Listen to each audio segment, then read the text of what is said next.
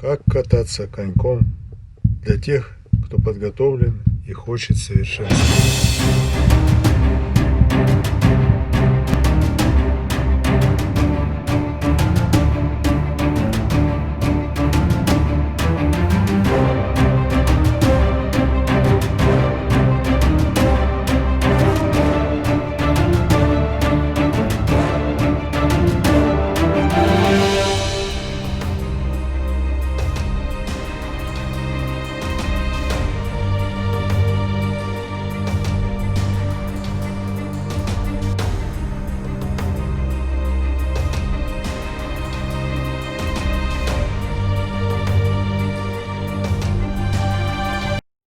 The elbow.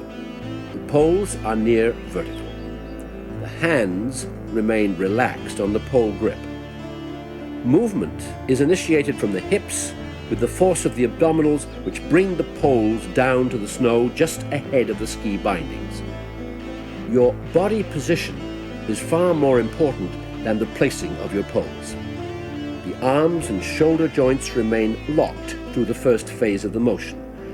Apply your body weight onto the poles, using first your stomach, then back muscles to drive the pulling motion. Rotate forward and down at the midsection, keeping your legs nearly straight. All the time, respect the angle of your arms.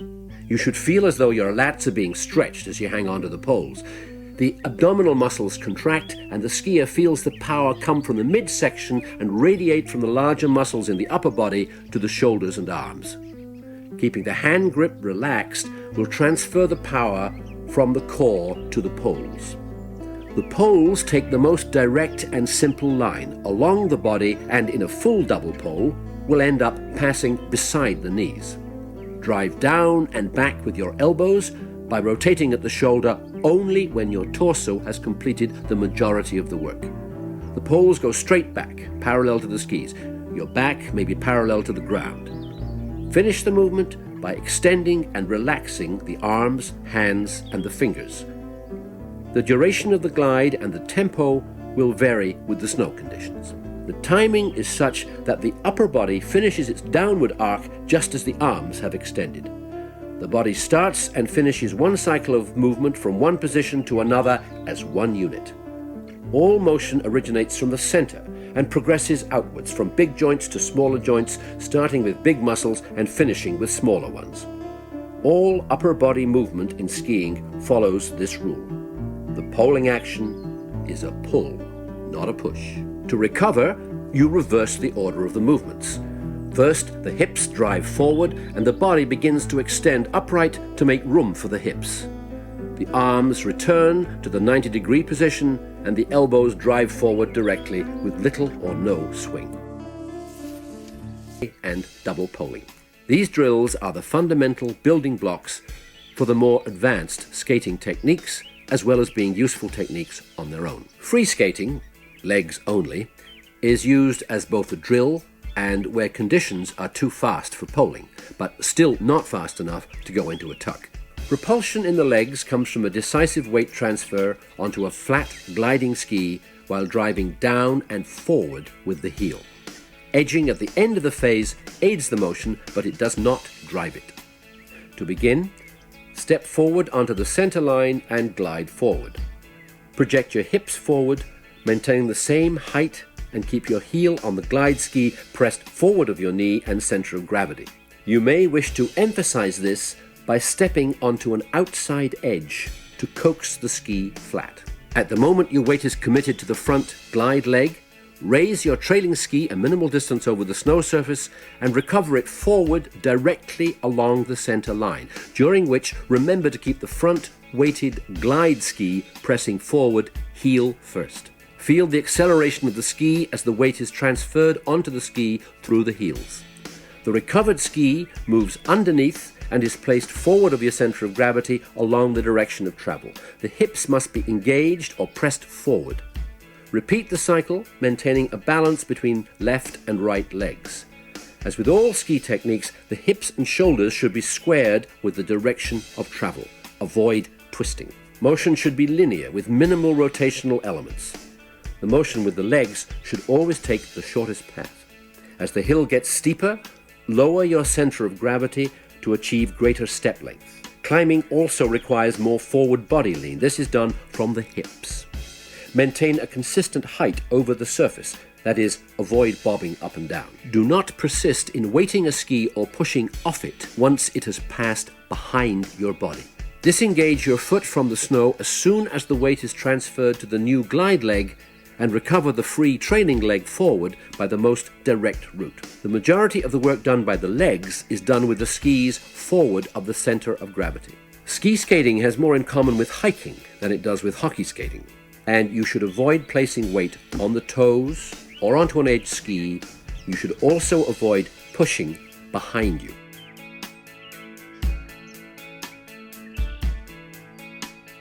All skating techniques use the same basic double poling action.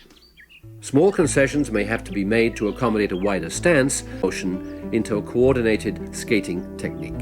Marathon skate remains legitimate technique even in races when the classic track is faster or to pass on a narrow skating trail. Marathon skate is essentially a double poling action coordinated with a single skate push on one side.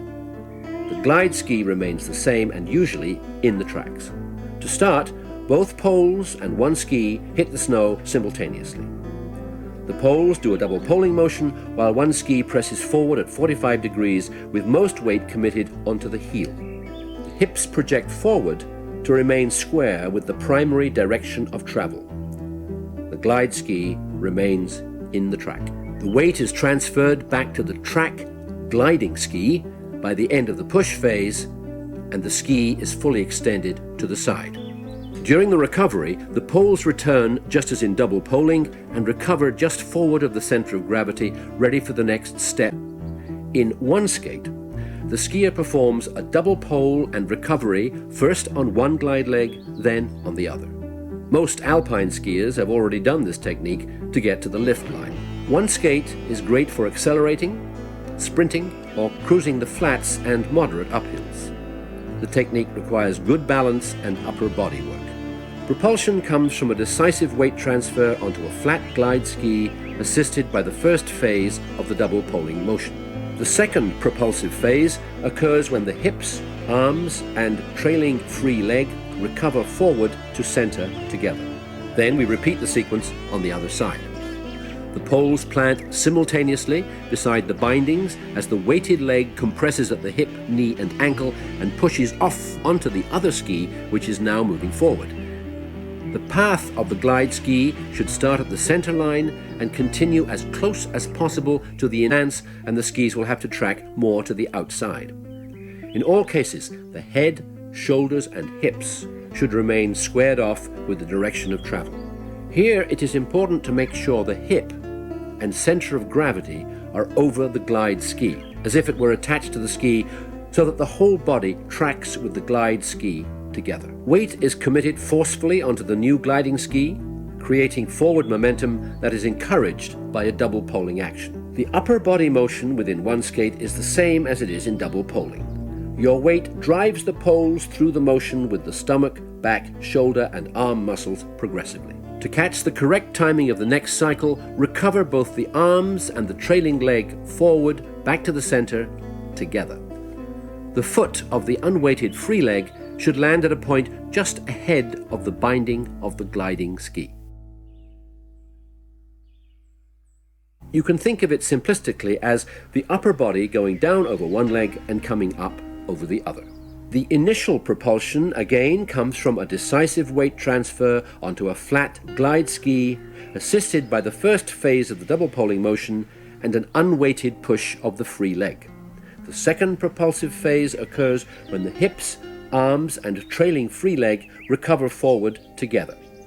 Your weight is shifted onto the free leg as it continues past your center of gravity and forward onto the snow. The skier uses the pole recovery in a dynamic way, along with a flexion of the glide leg. The upper body motion within two skate is the same as it is in double poling. Your weight drives the poles through the motion with the stomach, back, shoulder. The secret is to alternate between free skating, a full skating technique, double poling, and back to a full skating technique. Do a few minutes of each and repeat. These drills help to isolate the basics and, in so doing, identify errors, achieve proper timing, balance and biomechanics with legs or arms only for poling action, or when negotiating steep terrain, especially for the novice skier. As with the herringbone, the skier steps up the hill onto a flat ski.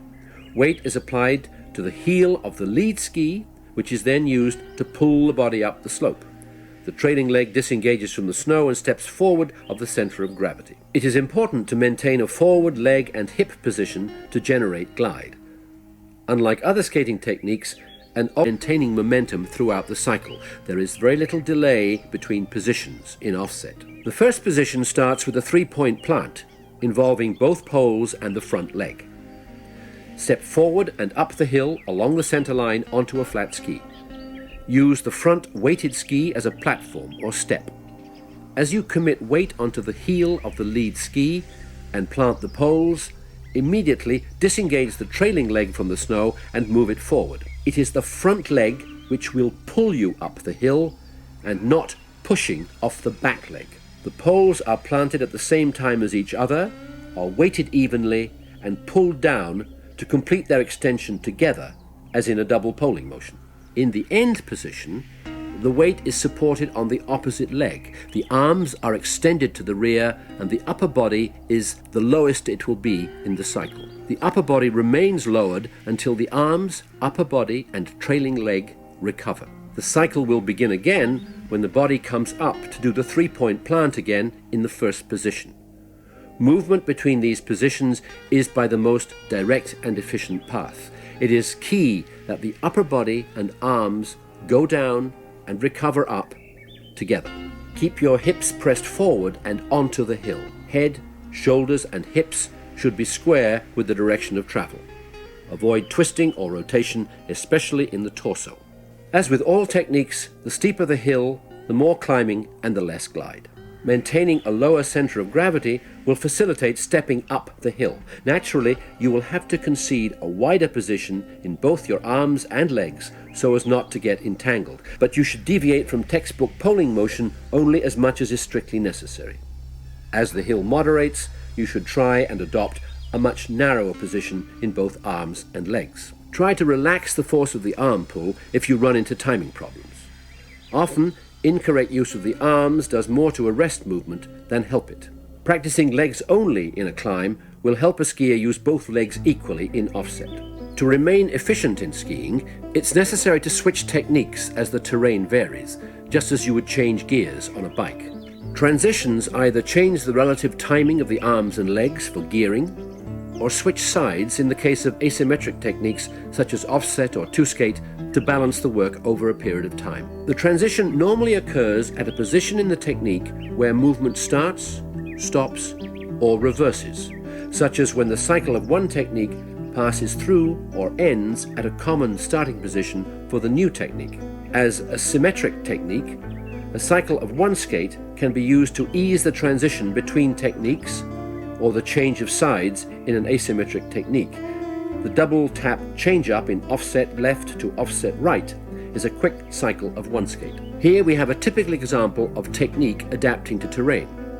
Two skate is used in fast gliding conditions. Switch to one skate as the slope increases. As it gets even steeper, we switch to offset, and then change sides.